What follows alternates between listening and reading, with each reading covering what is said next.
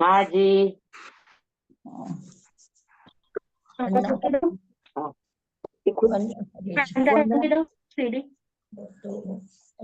हाँ जी સાતામાં બધા સાતામાં સ્વામી આપની કૃપા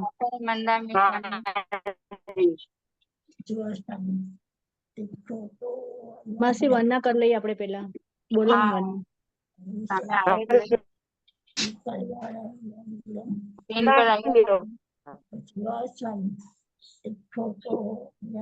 હું આવી ગઈ છું નથી દેખાતી ના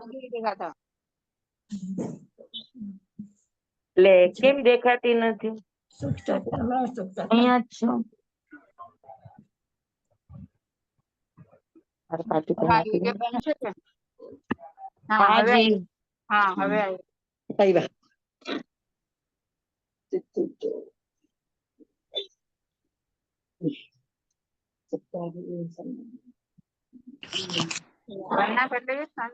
हाँ કરી લો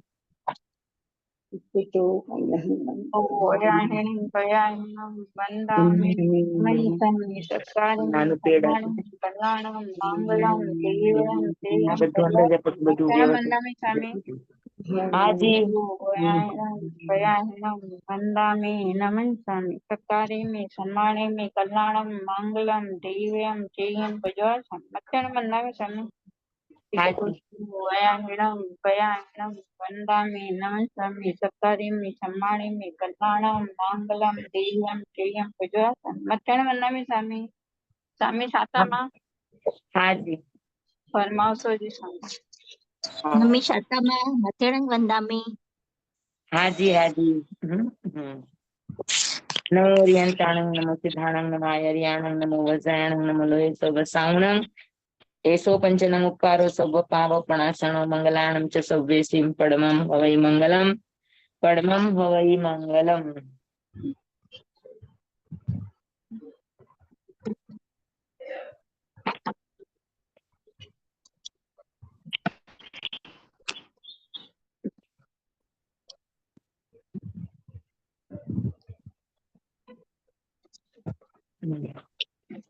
कुंदेन्दु तुषारहार धवला या श्वेत पद्मासना या वीणावरदण्ड मण्डितकरा या शुभ्रवस्त्रावृता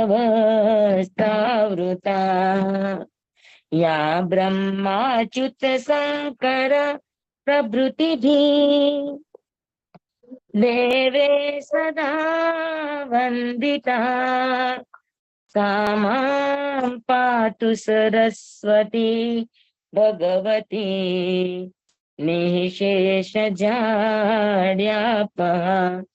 निःशेषजाड्यापहा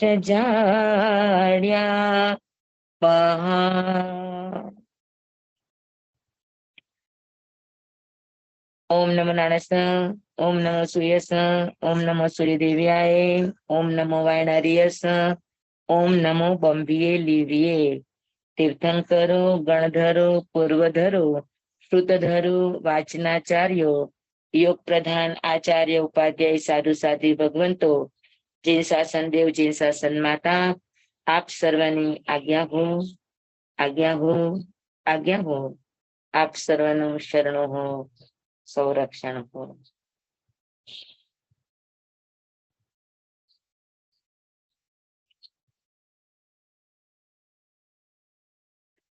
ચાલો આપણે આજે સોમવાર છે એટલે આગમ અને આગમમાં આપણે ભાવના કરી રહ્યા છીએ બરાબર ને હા ભાવનાની અંદર આપણું ત્રિછાલોકનું વર્ણન ચાલે છે અધોલોક બધાને બરાબર સમજાઈ ગયો હશે હું માનું છું અધોલોક થઈ ગયું ને બધાને પ્રોપર અધોલોકમાં કોણ કોણ હોય શું હોય એ બધું ઓકે હવે ત્રિછાલોકની અંદર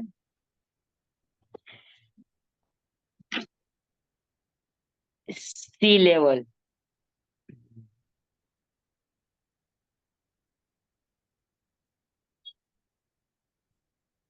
જમીન છે ને ઊંચી નીચી હોય, પણ વોટર લેવલ છે ને હંમેશા ઉપર નીચે ગમે એટલા ખાડા ખબડા હોય, પણ પાણીની સતહ ઉપરથી એક સમાન હોય. એટલે કોઈ પણ કિલોમીટર્સ કે ઊંચાઈ કે એનું માપ કરવું હોય ઊંચાઈ માટે, તો એમાં વોટર લેવલનું પ્રમાણ વધારે ગણાય, કે એકદમ પ્રોપર માપ આવે. તો અહીંયા પણ સી લેવલ એટલે વોટર લેવલ, તો સમપૃથ્વી એટલે વોટર લેવલ. હા બરાબર. હવે વોટર લેવલ થી નીચે 1000 યોજનનું દળ છે, બરાબર. એમાં 100 યોજન નીચે કાઢી નાખો, એ અધોલોકના છે. અને તો બાકીના 900 યોજન એ ત્રીછા લોક છે.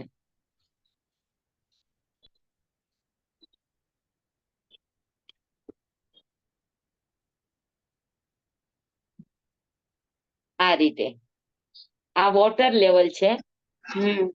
આ નીચે 1000 યોજનનું દળ છે, એમાં 100 યોજન નીચે કાઢી નાખો, એટલે આ 900 યોજન જે છે એ ત્રીછા લોકની બોર્ડરમાં છે. અને સી લેવલ થી ઉપર 900 યોજન, એટલે કુલ મળીને 1800 યોજનની ઊંચાઈ વાળો ત્રીછા લોક છે. લાંબો પહોળો એક રજ્જુ, લંબાઈ પહોળાઈ ગોળાઈ એક રજ્જુ પ્રમાણ, અને ઊંચાઈ એની 1800 યોજનની. સી લેવલ થી 900 યોજન ઉપર અને સી લેવલ થી 900 યોજન નીચે. સમજાઈ ગયું? એટલે ઘંટુલાના આકારે, ઘંટનું પડ છે એના આકારે, કે એની ઊંચાઈ 1800 યોજનની, બાકી એનું આખું જે પડ છે ગોળ, એ આખું એક રજ્જુ લાંબુ એક રજ્જુ પહોળું ગોળાકાર. હા, બરાબર સમજાણું બધાને?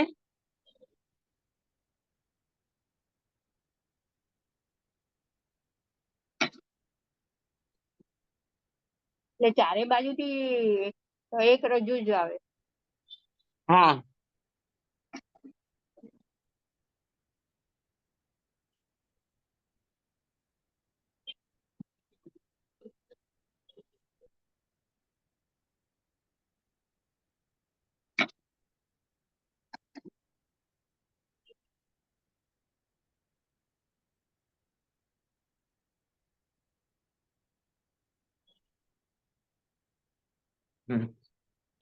હવે એના બરાબર મિડલમાં સુદર્શન મેરુગીરી. હા, એ સી લેવલ થી નીચે 1000 યોજન જમીનમાં છે.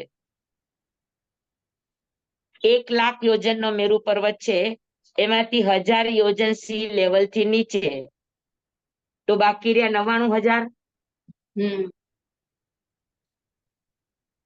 99,000 થશે ને. 1,00,000 માંથી 1,000 યોજન નીચેનો કાઢી નાખો, 1,00,000 માંથી, તો 99,900 થશે. કેટલું થશે? 1,00,000 માઇનસ 1,000.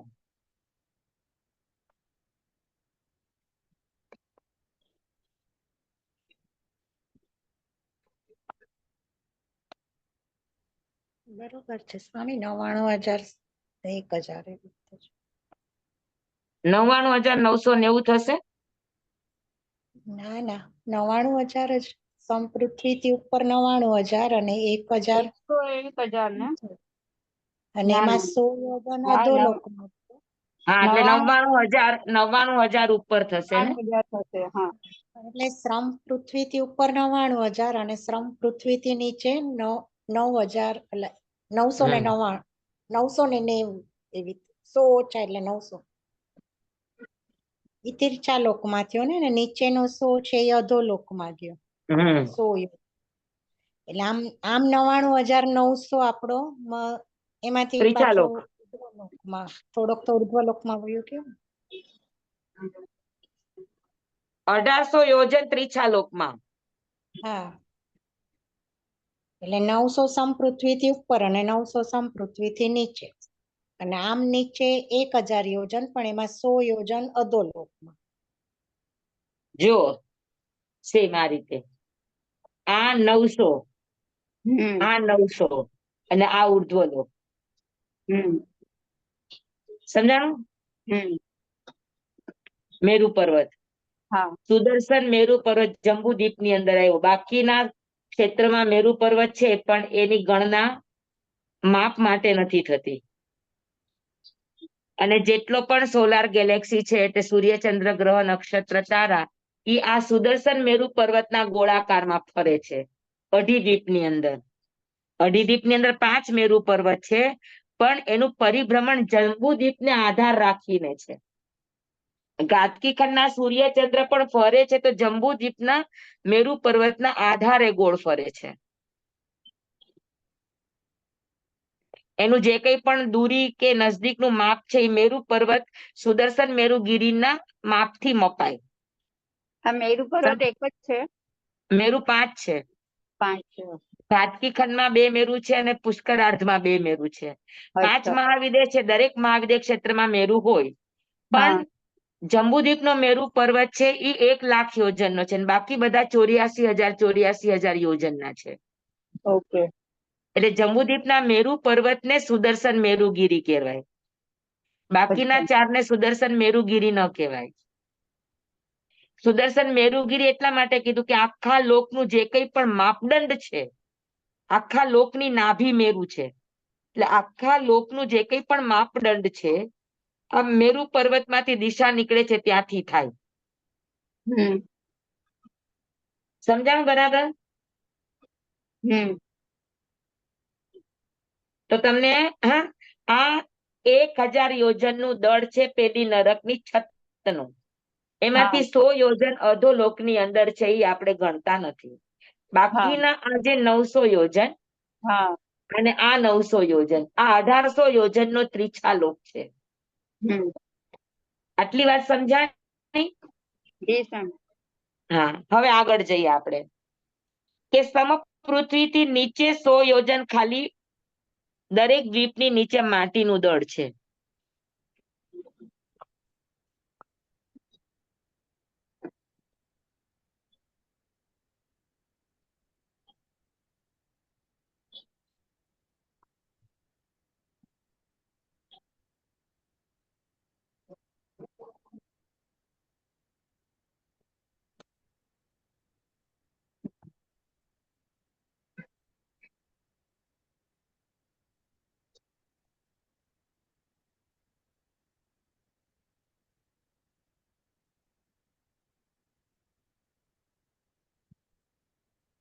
આ જુઓ,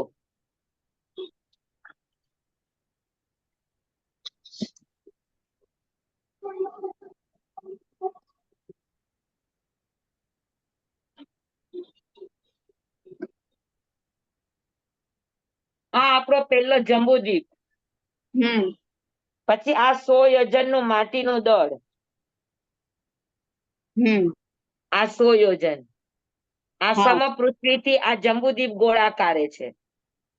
હમ હા, પછી એની નીચે બરાબર આ વાણવ્યંતરનું નગર. આ જેવડો જંબુદ્વીપ એવું વાણવ્યંતરનું નગર. આ રાઈટ પાયડા છે ને, બે વાણવ્યંતરનું નગર છે. સમજાણું? અને આ લવણ સમુદ્ર છે, તો એ 1000 યોજન સુધી નીચે લવણ સમુદ્ર જ છે.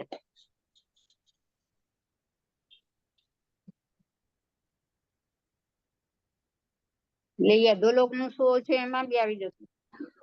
હા, દરેક સમુદ્ર 100 યોજન અધોલોકમાં ગયા છે, એટલે 1000 યોજન ઊંડાણ વાળા સમુદ્ર છે. હા સી લેવલ એક સરખું છે, પણ એની ઊંડાઈ બધા જ સમુદ્રોની, લવણ સમુદ્ર, કાલોદરી સમુદ્ર, પછી જેટલા પણ ત્રીછા લોકમાં, મને ઓલી તારી બુક આપજે ને સાતા હોય તો એ દરેક સમુદ્રો નીચે ઊંડાણમાં કેટલા છે, તો કે 1000 યોજન. પણ એટલે 100 યોજન અધોલોકની બોર્ડરમાં એ સમુદ્રો છે. તો આપણી પૃથ્વી પર જે સમુદ્રો છે સમજાણું? સ્વામી, આપણી હા પૃથ્વી ઉપર જે સમુદ્રો છે એ પણ એવી રીતે જ હોય 1000 ના, ઈ 1000 ના ન હોય, કારણ કે ઈ લવણ સમુદ્રની ખાડી કહેવાય. અત્યારે આપણે ત્યાં પેસેફિક મહાસાગર કહો, અરબી મહાસમુદ્ર કહો હા કે હિન્દુ મહાસાગર કહો, એ બધા સમુદ્રનો એટલે લવણ સમુદ્રના જ પાણી છે, પણ હમ એની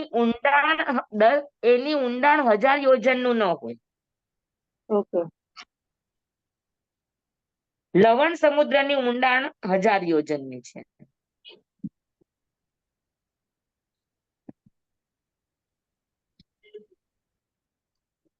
સમજાણું તમને? હમ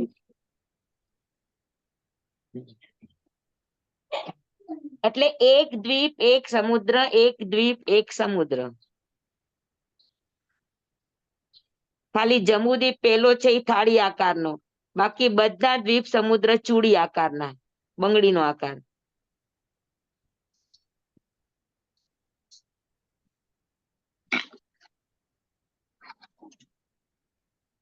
પહેલા દ્વીપનું નામ જંબુદ્વીપ અને છેલ્લા દ્વીપનું નામ સ્વયંભૂ રમણ સમુદ્ર, સ્વયંભૂ રમણ દ્વીપ, અને છેલ્લો છે સ્વયંભૂ રમણ સમુદ્ર.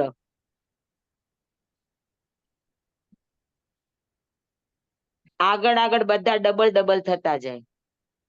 જંબુદ્વીપ કરતા ઘાતકી લવણ સમુદ્ર ડબલ, લવણ સમુદ્ર કરતા ઘાતકી ખંડ ડબલ, ઘાતકી ખંડ કરતા કાલો દધી ડબલ, કાલો દધી કરતા પુષ્કર દ્વીપ ડબલ.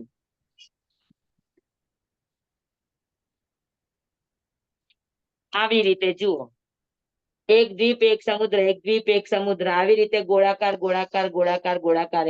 આ એક જંબુદ્વીપ છે એ થાળી આકારનો છે, બાકી બધા બંગડી આકારના. હા, વચ્ચેથી જંબુદ્વીપ કાઢી નાખો તો બંગડી જેવો આકાર થઈ જાય.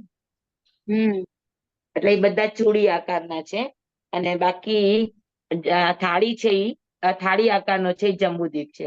તો આવી રીતે હોય. આ દેખાય છે તમને? હા અને આ વચ્ચે આ સમજી લે મેં પેન રાખી છે મેરુ પર્વત. હા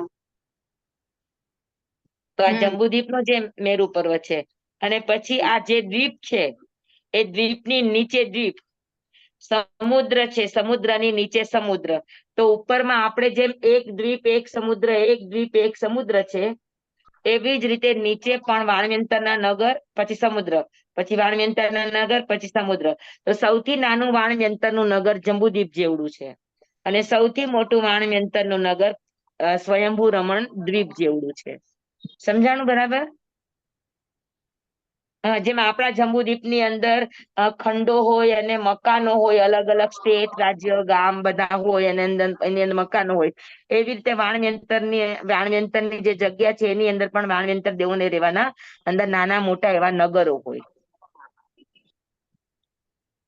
સમજાણું? જી સ્વામી. એટલે સ્વામી બધા દ્વીપની નીચે વાણવંતરના નગર છે. દરેક દ્વીપની નીચે વાણવ્યંતરના નગર છે, એટલે અસંખ્યાતા દ્વીપ, એની નીચે અસંખ્યાતા વાણવ્યંતરના નગરો છે. Okay okay okay. અને અસંખ્યાતા સમુદ્ર છે, એ નીચે પણ સમુદ્ર જ છે. એટલે વાણવેંતરના નગર ફક્ત અઢી દ્વીપમાં નથી, બહાર બી છે. હા, વાણવેંતરના નગર અઢી દ્વીપની બહાર પણ છે. અઢી દ્વીપ નહીં, અસંખ્યાતા દ્વીપની નીચે અસંખ્યાતા વાણવ્યંતરના નગર છે, ખાલી અઢી દ્વીપની નીચે નહીં. અચ્છા. દરેક દ્વીપની નીચે 800 યોજનની પોલાણમાં વાણવ્યંતરના નગરો છે.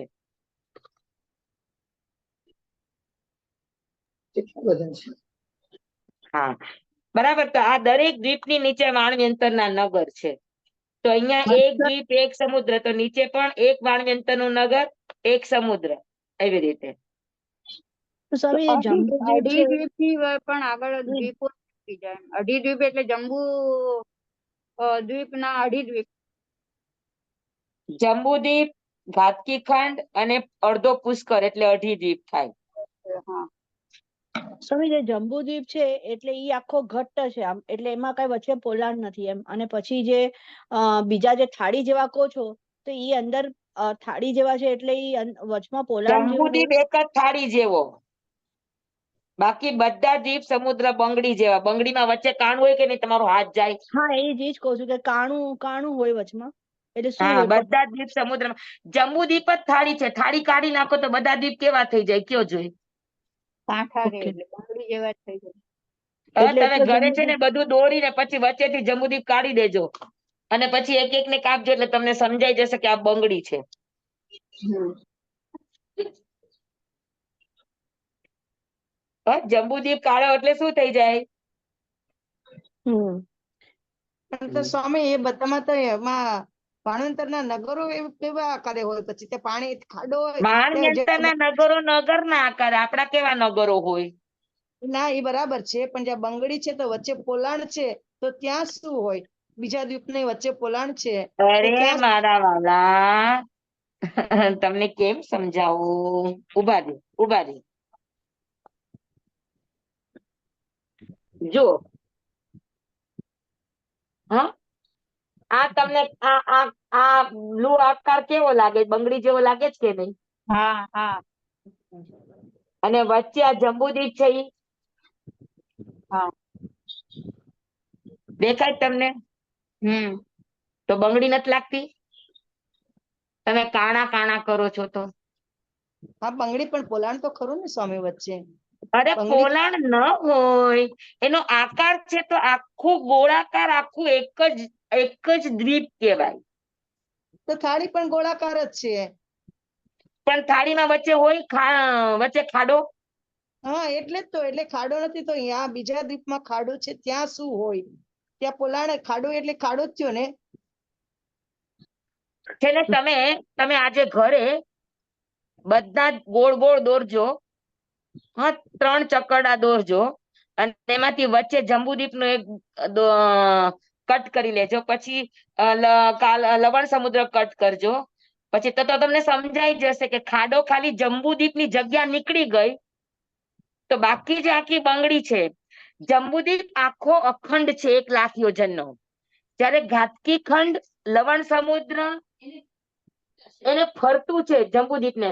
એટલે આ બાજુ 2 લાખ યોજન, આ બાજુ 2 લાખ યોજન, આખું 2 લાખ યોજનનું આ ચક્ર છે. પછી આ આખું ઘાતકી ખંડ છે 4 લાખ યોજનનું છે. જી બરાબર. સમજાણું? પછી આ જી કાગદદી છે એ 8 લાખ યોજનનું છે. પછી આ પુષ્કર છે એ 16 લાખ યોજનનું છે. અને અડધું પુષ્કર કરો તો 8 લાખ યોજન. હા, તો અઢી વચ્ચે 19 પર્વત છે એટલે 8 લાખ યોજન આ નહીં, બાજુ. એટલે આ વચ્ચેથી જંબુદ્વીપ નીકળી જાય તો આ બધા કેવા શેપ થઈ જાય ઈ કયો? એટલે એની બંગડી આકારમાં આખી જમીન હોય. જો જી આ આખી બંગડી આકારમાં જમીન, એને આમ રાખો તો કેવી રીતે લાગે આ જમીન? સમજાય હા. છે? હમ હમ. હા, તો જંબુદ્વીપ છે એ આખું અખંડ છે, એની વચ્ચે કોઈ નથી. આખું 1 લાખ યોજનનું સળંગ છે. હા, પણ લવણ સમુદ્ર આખો 4 લાખનો સળંગ નથી. 2 લાખ આ બાજુ ને 2 લાખ આ બાજુ છે. 2 લાખ આ બાજુ ને 2 લાખ આ બાજુ. ઘાતકી ખંડ પણ આખો અખંડ નથી. 2 લાખ, 4 લાખ આ બાજુ ને 4 લાખ આ બાજુ. હા. 4 લાખ આ બાજુ, 4 લાખ આ બાજુ. હમ આ હમ જો આમ રાખ્યું હોય તો કેમ લાગે ધરતી તમને આમ સીધું હોય તો? હમ. સમજાવું તમને? તો એની ધરતી આખી બંગડી આકારની છે. સમજાણું કે હજુ તમને ખાડા લાગે છે? સમજાઈ ગયું. વચ્ચે તો આમ બી મેરુ પર્વત નું ઓલું થઈ જાય. નહીં, વચ્ચે જંબુદ્વીપ છે એ નીકળી ગયું હા, તો પછી બાકી બધાનો બંગડી આકાર જેવું ચૂડી આકાર થઈ જશે. આખું ક્ષેત્ર જ ચૂડી આકારનું હોય. હા હા. ખાલી શેપ જ બંગડીનો છે, બાકી તો બંને ચારેય બાજુ 2 લાખ યોજન હોય એમ. બબ્બેના જંબુદ્વીપ કરતા ડબલ મોટું ક્ષેત્રફળ છે. બંગડી જેટલું પતલું નહીં એમ. હા, પાતળી બંગડી જેવું.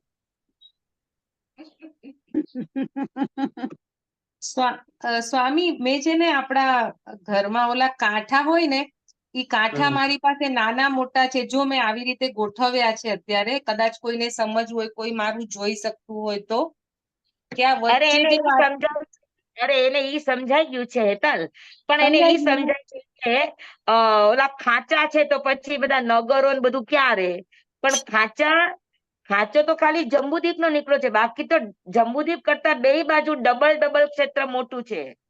બરોબર. સમજાણું? ઈ સમજાવવાનું છે. હમ એટલે હમ હમ હમ.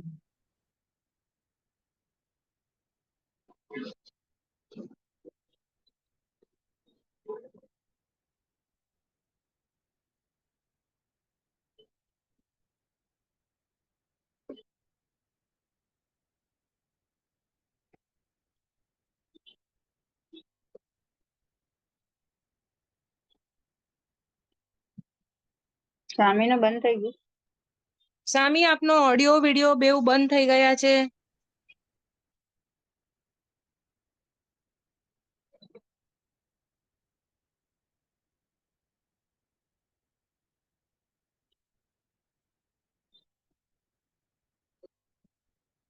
નીકળી ગયા.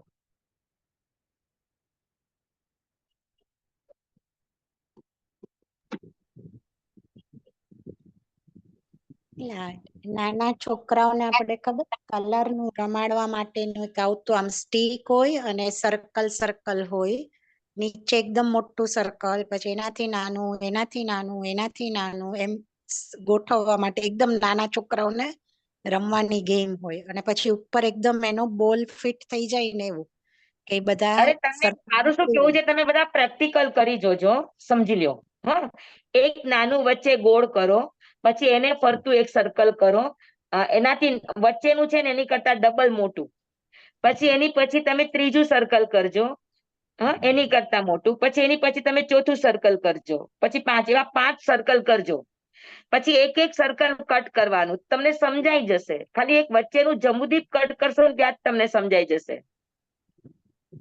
સ્વામી હા, ઈ બધું અત્યારે સમજાણું. સારી નથી એટલે હું તમને કેવી રીતે બતાવું ને, ઈ ગડબડ છે. સ્વામી, આ બધાએ છે ને આ એ બધું નાના સમ- છોકરાઓને રમવા સ્વામી આ માટે જે એક આવતું નાના છોકરાની ગેમ ની વાત કરીને એ હા પ્રોપર છે, એકદમ મેરુ પર્વત જેવું ઈ લાગે ring, છે. ઈ તો ring નું કહેવાય, ઈ ring છે, હા ring આપણે ના કે એમ, એટલે ઈ હા એટલે બરાબર એ છે. રીંગ છે ને એ રીંગ જ જે જાડી છે એ ઈ તો આખી એવું થયું ને, કહું. જંબુદ્વીપ નીકળી નથી જતું. સ્વામી ખાલી કહે છે જંબુદ્વીપ ના હોય તો બંગડીનો આકાર લાગે. જંબુદ્વીપ તો અંદર છે જ, એટલે ખાડો તો હા દેખાય જ નહીં ને. ખાડો હા દેખાશે નહીં, આ તો તમને હા સમજાવવા માટે કે બાકીના હા આકાર ચૂડી આકાર કેવી રીતે થાય, તો કે જંબુદીપ નીકળી જાય તો વચ્ચે તમારી પાસે ચૂડી જેવું દેખાય કે નહીં બધા દ્વીપો. એટલે જંબુદ્વીપ ના ફરતા છે એટલે ચૂડી આકાર સમજવાનું. હા હા હા, તો જંબુદીપ એક જ બરાબર છે, તો થાળી વચ્ચે, આકારનો અખંડ દ્વીપ છે, હા બાકી બરાબર એક કે તો પણ દ્વીપ વચ્ચે સમુદ્ર અખંડ નથી. વચ્ચે જંબુદ્વીપ છે. યસ. હા તો બરાબર છે, વચ્ચે જંબુદ્વીપ છે એટલે એના ફરતો તો બરાબર કે તો એ બંગડી આકાર આવશે, એના ફરતું છે એટલે, તો વચ્ચે જંબુદ્વીપ બધા છે. દરેક દ્વીપ સમુદ્ર એકબીજાને ફરતા છે. હા એ બરાબર છે સ્વામી, બધા ડબલ છે એ બી સમજાય છે, એ બરાબર છે. એટલે ઈ પણ એટલે વચ્ચે જંબુદ્વીપ છે એટલે એના ફરતો છે, એટલે એનો આકાર બંગડી હા, આકાર થાય. ચૂડી આકાર થઈ જાય. મેં હા એટલે એ તમને બરાબર. બતાવવા માટે આ ચિત્ર બતાવ્યું કે જો તમને ચૂડી દેખાય છે કે નહીં એમ. હા એ બરાબર છે, એ સમજાઈ ગયું, હવે સમજાણું. એટલે વચ્ચે જંબુદ્વીપ છે એટલે હા, મેરુ પર્વત ને વચ્ચે. જંબુદીપ ને જંબુદીપની વચ્ચે મેરુ પર્વત છે, જંબુદીપ આખો મેરુ પર્વત નથી. જંબુદીપની મધ્યમાં આ જોઈ લ્યો, આ જંબુદીપ છે, પેલો રાઉન્ડ છે ઈ. જી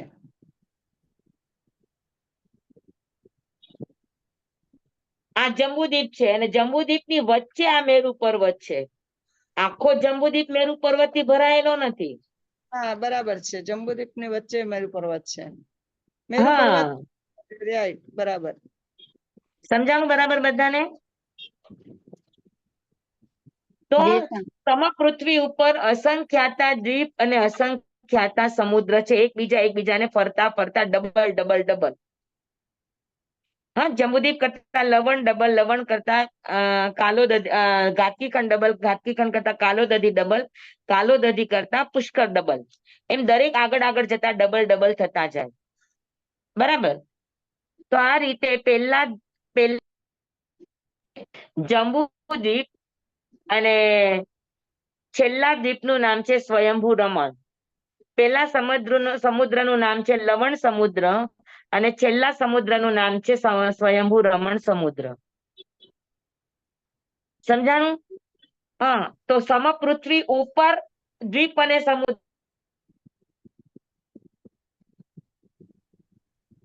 એક 2 મિનિટ, મને જરાક એક ઓપરેશન છે ને મંગલી કેવું પડશે. એક 5 મિનિટ.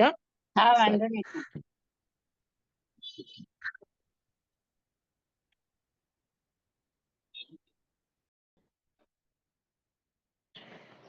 બધાને સમજાઈ ગયું? સમપૃથ્વીની ઉપર દ્વીપ અને સમુદ્ર અને સમપૃથ્વીની નીચે વાણવ્યંતરના નગર અને સમુદ્ર. મધ્યન વંદામી માસતીજી, હાજી. હાજી, આપ ફરમાવો છો કે અસંખ્યાતા દ્વીપ અને અસંખ્યાતા સમુદ્ર છે, બરોબર ને? જી. હાજી, તો પ્રશ્ન એ થાય છે કે જંબુદ્વીપ એ થી શરૂઆત કરીએ તો આપણે છેલ્લો સ્વયંભૂ સમુદ્ર. બરોબર ને? હા, હવે જંબુદ્વીપ નો પાડોશી થાય લવણ સમુદ્ર, એની બોર્ડર ત્યાં લાગે, બરોબર ને? બરાબર અને બરાબર.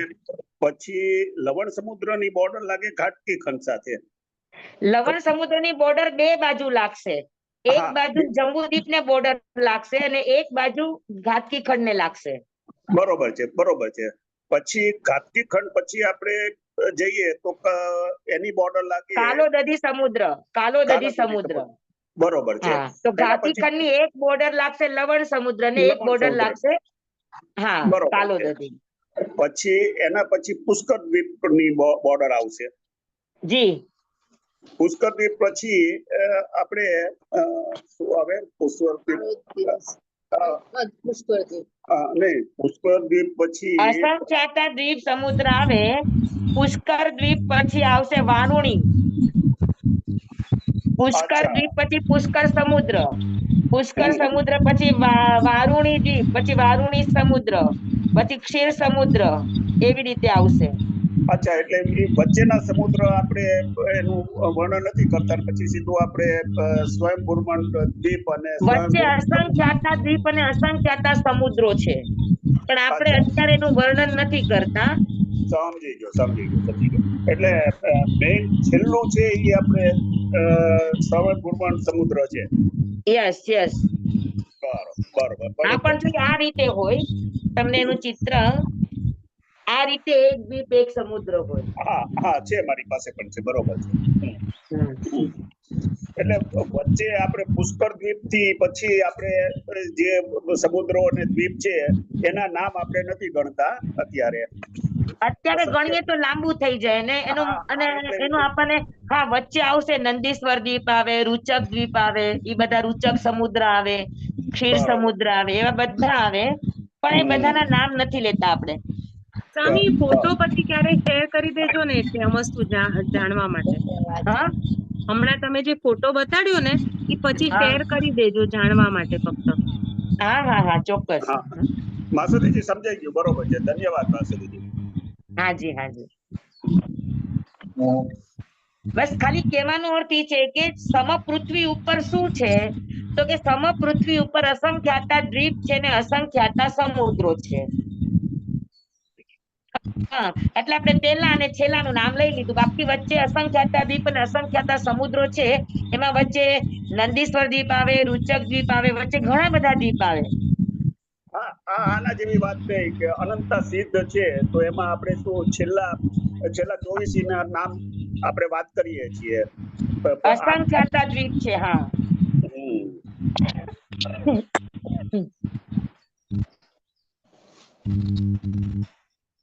બરાબર. પછી અરુણ વર આવે, એક દ્વીપ એક સમુદ્ર પોતાના નામના અલગ અલગ આવે અંદર. અને બરાબર સી લેવલ થી નીચે 800 યોજનની જે વચ્ચે 900 યોજનનો જે ત્રિછાલોક છે, ઉપર એક દ્વીપ એક સમુદ્ર છે, એવી રીતે નીચે એક વાણવ્યંતરના નગર સમુદ્ર, વાણવ્યંતરના નગર સમુદ્ર, ઉપરની જેમ જ. 1 લાખ યોજન નું જંબુદ્વીપ છે તો 1 લાખ યોજન જંબુદ્વીપ નીચે વાણિયંત્ર નું નગર પણ 1 લાખ યોજન નું જ આવશે. પછી 2 લાખ નો લવણ સમુદ્ર છે તો નીચે 2 લાખ નો સમુદ્ર આવશે. તો એવી રીતે ઉપર અને નીચે આ રીતનું આવશે. સ્વામી અત્યારે ત્રીજા લોક તમે આખો જો હાજી અસંખ્યાતા દ્વીપ છે તો બધે જીવ છે, હા બધે મનુષ્ય છે. મનુષ્ય ખાલી અઢી દ્વીપમાં જ છે. અઢી દ્વીપમાં છે. બાકીના દ્વીપોની અંદર દેવતાઓની રાજધાની છે, ઉપરાંતમાં તિર્યંચો રહેતા હોય. ઓકે, હા. હા, દેવતાઓની રાજધાની હોય, દેવતાઓના ત્યાં આગળ આવાસો હોય. સ્વામી આપણે બાકીના દ્વીપોની અંદર અઢી દ્વીપમાં કોની કોની ગણતરી કરી? અઢી દ્વીપમાં જો અઢી દ્વીપ સમુદ્ર તમે કે ને ઢાઈ જઈશું દિવસ સમુદ્ર દેશું. હા. અઢી દ્વીપ સમુદ્ર. ચોથા સમણસૂત્રમાં આપણે પહેલો દ્વીપ છે જંબુદ્વીપ. જંબુદ્વીપ. હા. એક જ મિનિટ, હા, એક જ મિનિટ.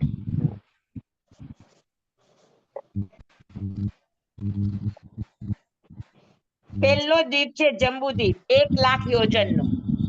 બરોબર. બરાબર. પછી એનો ફરતો લવણ સમુદ્ર છે. ઈ 2 લાખ આ બાજુ ને 2 લાખ આ બાજુ.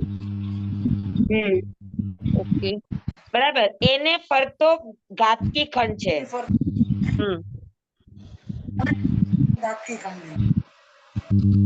ઈ 4 લાખ 4 લાખ.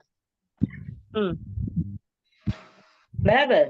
એને ફરતો કાલો દધી સમુદ્ર છે. 8 લાખ. દ્વીપ એટલે ચારે બાજુ પાણી હોય. ઈ 8 લાખ નો. બરાબર. અને પછી આ પુષ્કર દ્વીપ છે આખો 16 લાખ નો. બરાબર. પણ 16 લાખ ની બરાબર મધ્યમાં 8 લાખ યોજન ઉપર આખો એક પર્વત છે, માનુષોત્તર પર્વત. એ માનુષોત્તર પર્વતના કારણે પુષ્કર દ્વીપના 16 લાખ માંથી 8 લાખ આ બાજુ અને 8 લાખ ઓલી બાજુ. આખો આ માનુષોત્તર પર્વત છે. તો 8 આ બાજુ અને 8 આ બાજુ. તો 8 લાખમાં મનુષ્ય છે, 8 લાખમાં મનુષ્ય નથી. હા, તો આપણે આ કેન્સલ કરી નાખો. માનુષોત્તર પછી મનુષ્ય નથી, એટલે આ કાઢી નાખ્યા. હવે ગણો 8 ને 8 16 ને 4 20 ને 2 22 આ બાજુ ને 22 આ બાજુ 44 અને 1 લાખ. હા, 45 લાખ યોજન. 45 લાખ યોજન નો અઢી દ્વીપ છે. સમજાણું? બરાબર. અઢી દ્વીપ સમુદ્ર 45 લાખ યોજન પ્રમાણ છે. પછી આમ ગણો તો પણ 45, આમ ગણો તો પણ 45, આમ ગણો તો પણ 45, આમ ગણો તો પણ 45.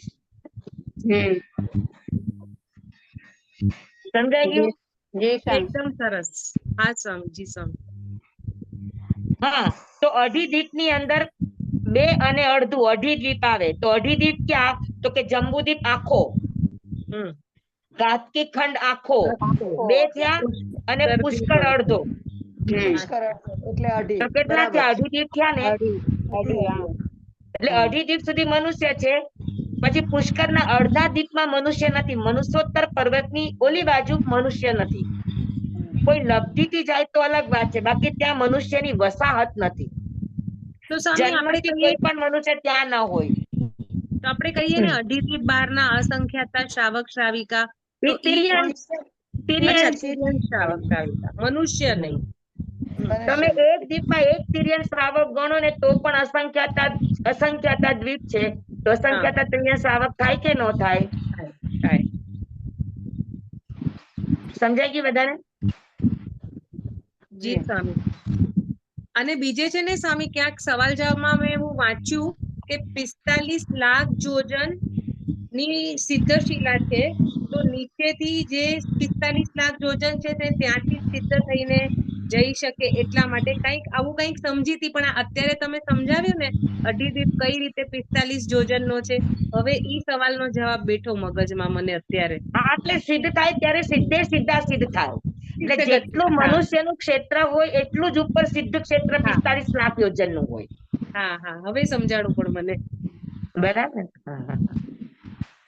ચાલો, સરસ. બધાને બેસી ગયું? પણ માત્ર અઢી દ્વીપ ત્રીછા લોકમાં નથી. ત્રીછા લોકમાં અસંખ્યાતા દ્વીપ અને અસંખ્યાતા સમુદ્રો છે. એમાં અઢી દ્વીપની અંદર મનુષ્ય તિર્યંચો બધા જ રહે છે. બાકીના દ્વીપ સમુદ્રની અંદર તિર્યંચો અને દેવતાઓના રહેવાના પીડા ભવનો.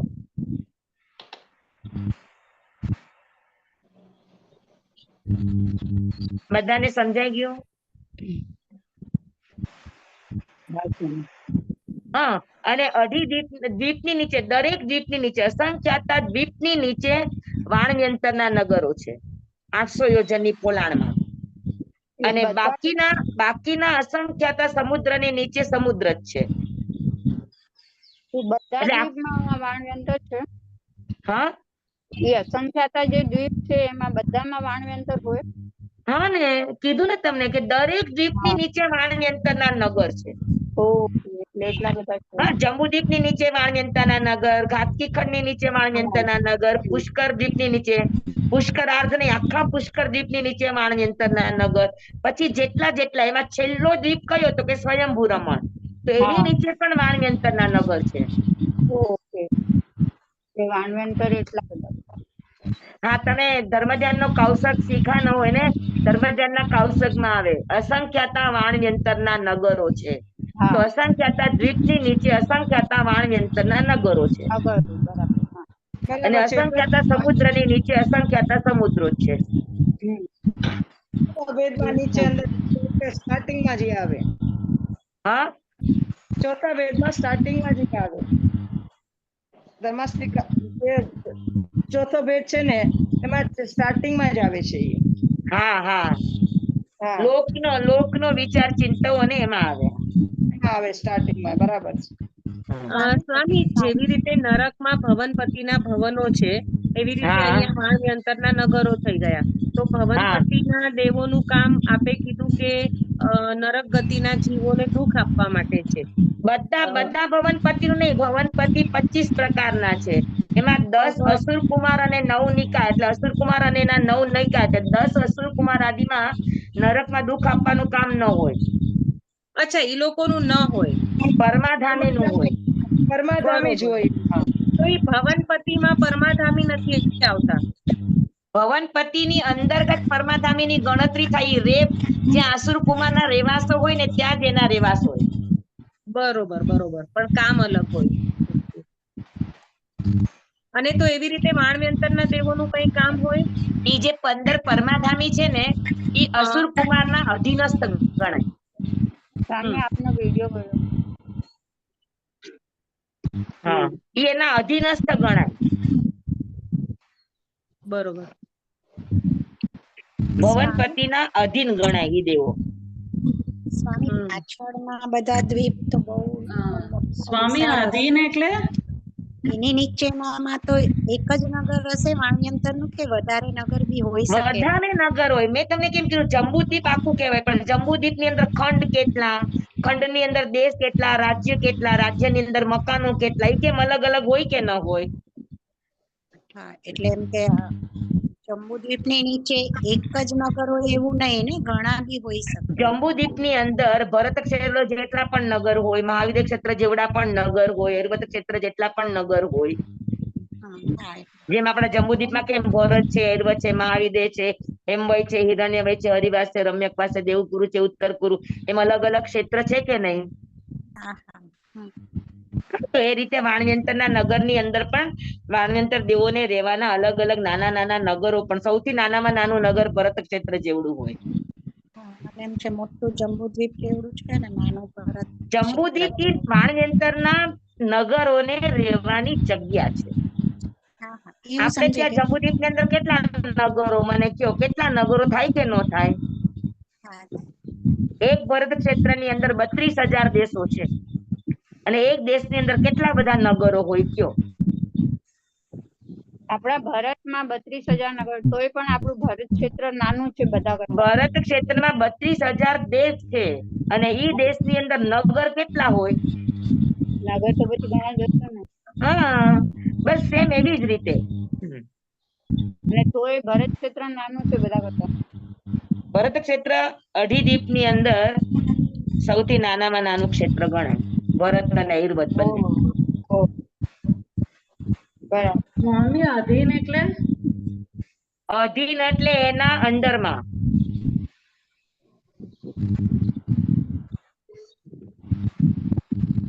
જેમ શેઠના અંડરમાં એના એમ્પ્લોય હોય એવી રીતે ભવનપતિના અંડરમાં પરમાધામી હોય.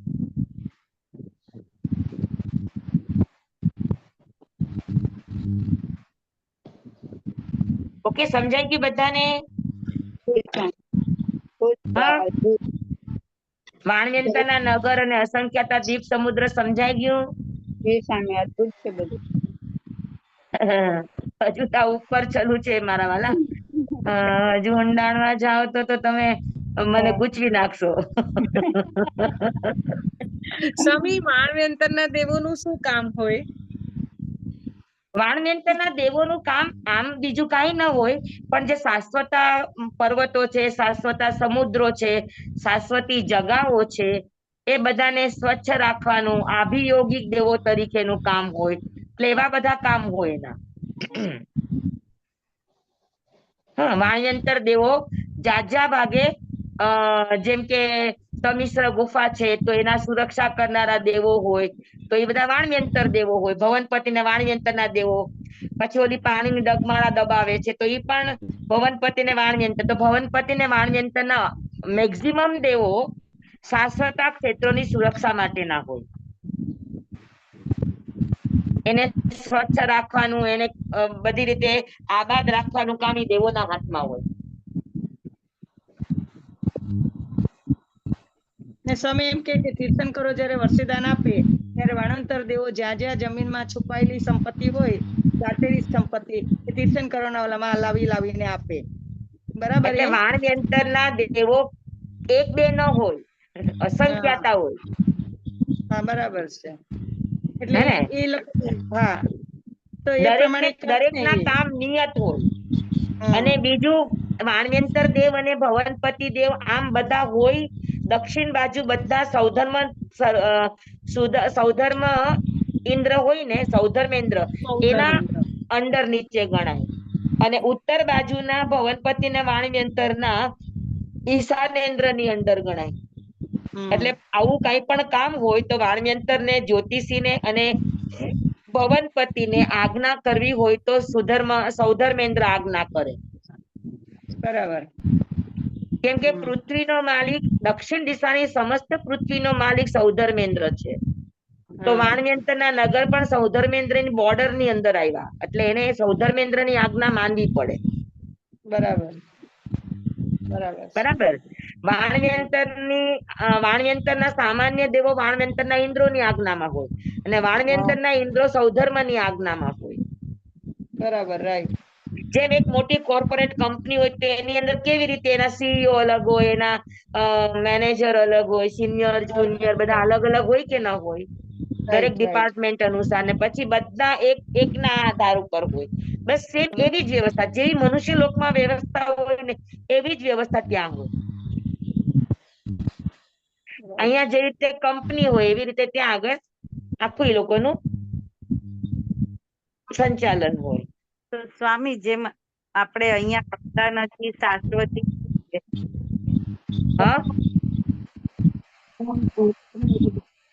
તમારો અવાજ કટ થાય છે. ગંગા નદી શાશ્વતી છે, એની રક્ષા નદીની રક્ષા અત્યારે જો એક જંબુદ્વીપમાં પણ જુઓ, જંબુદ્વીપમાં પણ ભરત ક્ષેત્રનો અધિષ્ઠાયક દેવ હોય, પછી જંબુદ્વીપનો અધિષ્ઠાયક દેવ હોય, ઐવત ક્ષેત્રનો અધિષ્ઠાયક દેવ હોય. ભરત ક્ષેત્રની અંદર ચુલ હિમાન પર્વતનો અધિષ્ઠાયક હોય, વૈતાડ્ય પર્વતનો અધિષ્ઠાયક હોય, તમિશ્ર ગુફાનો અધિષ્ઠાયક હોય, ખંડ પ્રપાતા ગુફાનો અધિષ્ઠાયક હોય, ગંગા નદીના અધિષ્ઠાયક હોય, સિંધુ નદીના અધિષ્ઠાયક હોય. તો આ બધા અલગ અલગ અધિષ્ઠાયક હોય. પછી પ્રભાસ, વરદામ વગેરે તીર્થ છે એના અધિષ્ઠાયક દેવો હોય. એના બરાબર છે. આપણે જેમ આપણે અત્યારે કહીને મહારાષ્ટ્ર જિલ્લો, કર્ણાટક જિલ્લો અને ગુજરાત જિલ્લો અને એના અલગ હોય, વડા હોય, એના મુખ્ય હોય, પછી એના મુખ્ય એના ઉપર હોય, એના ઉપર હોય. ઈ બસ કઈ સેમ હોય એવી જ રીતે જેવી વ્યવસ્થા અહીંયા મનુષ્ય લોકમાં છે ને એવી જ વ્યવસ્થા ત્યાં હોય. એની હાઈટ પણ એટલી હોય આપણા જેટલી. હા, એની હાઈટ આપણા કરતા વધારે હોય, 7 હાથની હોય. અચ્છા. 7 હાથ એટલે 1 હાથ એટલે 1.5 ફૂટ. મહાવીર સ્વામીની હાઈટ છે. 7 દોઢા. હા, મહાવીર સ્વામીની હાઈટ છે એટલે 10.5 ફૂટની હોય.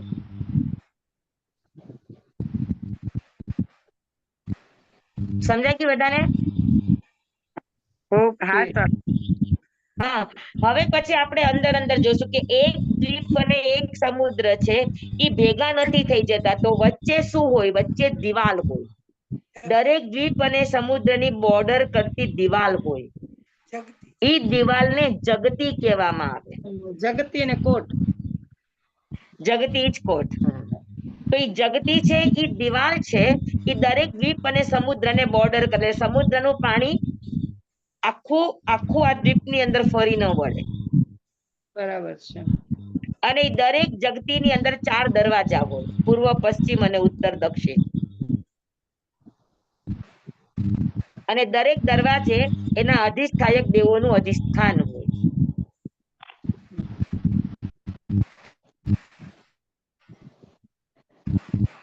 બરાબર? અને ઈ જગતી પણ ફરવા લાયક હોય, મસ્ત હોય. એનું વર્ણન આપણે અવસરે કરશું. આજે 5 ને 10 થઈ ગઈ છે. ઉપર વેદિકા હોય, ત્યાં પદ્મ કમળ ને બધું હોય ને એ બધું હોય. આની માટે શું છે, આપણે આગળ આવશે, આપણે જેમ જેમ આગળ જશું ને જંબુદ્વીપ પ્રજ્ઞપ્તિ શીખશું ને તેમાં ભરત એટલે કોઈ પણ ચક્રવર્તી ખંડ સાધના કરે ને તો ભરત ક્ષેત્રના શાશ્વત ક્ષેત્રમાં કઈ રીતે જાય અને દરેક જગ્યાએ કેવી રીતે અઠમ કરે અને ત્યાંના અધિષ્ઠાયક દેવને પોતાના આવવાના સમાચાર મોકલે, એ બધું સરસ હોય વર્ણન.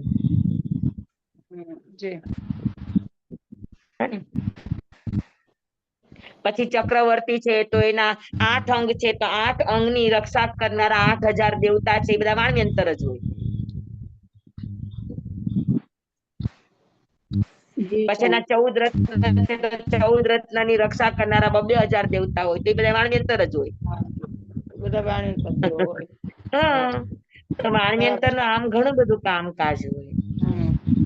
અને બાકી તોફાન કરવાનું કામ તો હોય જ.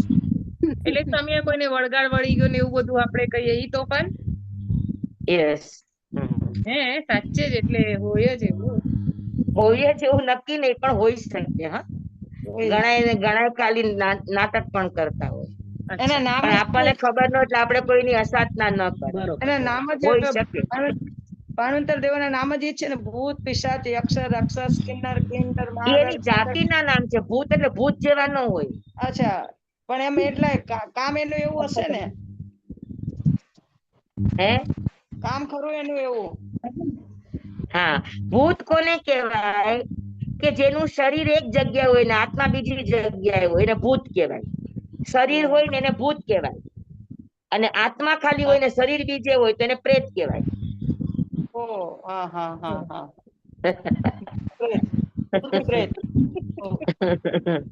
સ્વામી ફરીથી બોલશો? ભૂત અને પ્રેત નું શું બોલ્યા? ગુરુદેવ એમ કહેતા કે શરીર હોય ને, જેમ કે આપણે અહીંયા ભણીએ છીએ તો શરીર આપણું અહીંયા છે અને આપણું મનના વિચાર બીજી જગ્યાએ ચાલતા હોય, તો આપણું ભૂત અહીંયા પડ્યું છે.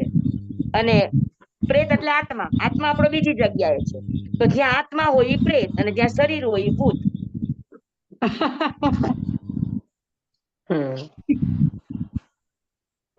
સ્વામી અમારા જે ભાવચંદ્રજી સ્વામી છે ને એમને કે ભૂત એટલે ઘડી ઘડી જે જન્મ મરણ કર્યા કરે એ ભૂત, મોક્ષમાં ગયો એ જીવ.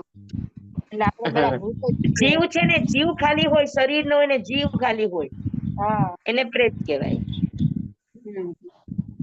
અને આત્મા શરીર હોય અને જીવ ન હોય તો એને ભૂત કહેવાય. આ કહેવા માટે છે, બાકી ભૂત અને પ્રેત એ માનવી અંતરની જાતિના નામ છે. રિયલમાં એ ભૂત પ્રેત ન હોય. બસ તો આજે આટલું રાખશું. 5 ને 10 થઈ છે. તમે ઓલો ફોટો શેર કરી દેજો હો, જરા સ્ટડી કરવા માટે. હા મોકલી દઉં છું. હા, જેટલા પણ ફોટા છે ને એ બધા મોકલું છું. તમે બધા એનું સ્ટડી કરજો. ઓકે. હા. ભલે. જમાઈદમ વચ્ચામિનમિન કરમચક્રમ પયહીનમ વિનયહીનમ જોગહીનમ કોશહીનમ સુટુદિનમ દુટુપડી છે. કાલે કહું સજાવું, કાલે ન કહું સજાવું, અસજાય સજાયમ સજાય ન સજાયમ ભણતા ગણતા ચિંતવતા વિચારતા સુણતા સાંભળતા જ્ઞાનીઓના અનંત અનંત ભાવો છે, અનંત અનંત પર્યવો છે, અનંત અનંત ગૌણા છે, અનંત અનંત નય છે, અનંત અનંત નિક્ષેપ છે, અનંત અનંત રહસ્ય છે, અનંત અનંત ખુલાસાઓ છે. આમાંથી કોઈ પણ ભાવ ભેદ નહીં, નિક્ષેપ ગમા રહસ્ય ખુલાસાનું સ્ખલન છદમસ્ત ભાવે મારા બોલવામાં, કહેવામાં, સમજાવવામાં આવ્યું હોય, આપના સાંભળવા સમજવામાં આવ્યું હોય તો અરિયલ સિદ્ધ કેવડી ગુરુ ભગવાન આપની સાક્ષીએ, આત્મા પરમાત્માની સાક્ષીએ તસ્મિ છામી દુગ્નમ તમેવ સચ્ચમ નિસંકમ જમ જીનહિમ પવેયમ શિવમ ભંતે શિવમ ભંતે શિવમ ભંતે ત્રિબેની. નમો રિહંતાણંગ નમો સિદ્ધાણંગ નમો આયરિયાણંગ નમો વસાયાણંગ નમો લોય સંવસાવણંગ એસો પંચ નમુક્કારો સૌ પાવપણાસણો મંગલાણં ચ સવ્વે સિંપણમમ હવૈ મંગલમ. ગુરુદેવની આજ્ઞા શ્રી શ્રી ચતારી મંગલમ, મરિહંતા મંગલમ, સિદ્ધા મંગલમ, સાહુ મંગલમ, કેવલી પનત્તો ધમો મંગલમ. ચતારી લોગુતમા, અરિહંતા લોગુતમા, સિદ્ધા લોગુતમા, સાહુ લોગુતમા, કેવલી પનત્તો ધમ્મો લોગુતમો. ચતારી શરણં પવજ્જામિ, અરિહંતે શરણં પવજ્જામિ, સિદ્ધે શરણં પવજ્જામિ, સાહુ શરણં પવજ્જામિ, કેવલી પનત્તં ધમ્મં શરણં પવજ્જામિ. 4 શરણા 4 મંગલ 4 ઉત્તમ કરે જે નર ભવસાગરમાં ન બુડે તે સકલ કર્મનો આણી અંત મોક્ષ તણા સુખ લહે અનંત. ભાવ ધરીને જે ગુણ ગાય તે જીવ તરીને મોક્ષે જાય સંસારમાં હી શરણાચાર. અવર શરણ નહીં કોઈ જે નર નારી આદરે અક્ષય વિચલ પદવી હોય અંગૂઠે અમૃત વસે લબ્ધિ તણા ભંડાર. શ્રી ગુરુ ગૌતમ સ્વામીજી ભગવાનને સમરીએ તો સદાય મન વાંચિત ફલદાતાર, સદાય મન વાંચિત ફલદાતાર. બોલો ભગવાન મહાવીર સ્વામી કી જય. પૂજ્ય ગુરુદેવ કી જય. બધા ભણનારાનું ધન્યવાદ. સ્વામી આપને ખૂબ ખૂબ આભાર. સ્વામી આપને ખૂબ ખૂબ આભાર. મથેર મંદામે સામે હાજી હાજી રહેજો. બધાને સાતામાં જ બિરાજજો. હાજી સ્વામી સાતામાં રહેજો. ભલે ત્યારે. સુધાભાઈ બોલ્યા. સ્વામી આજે બકરી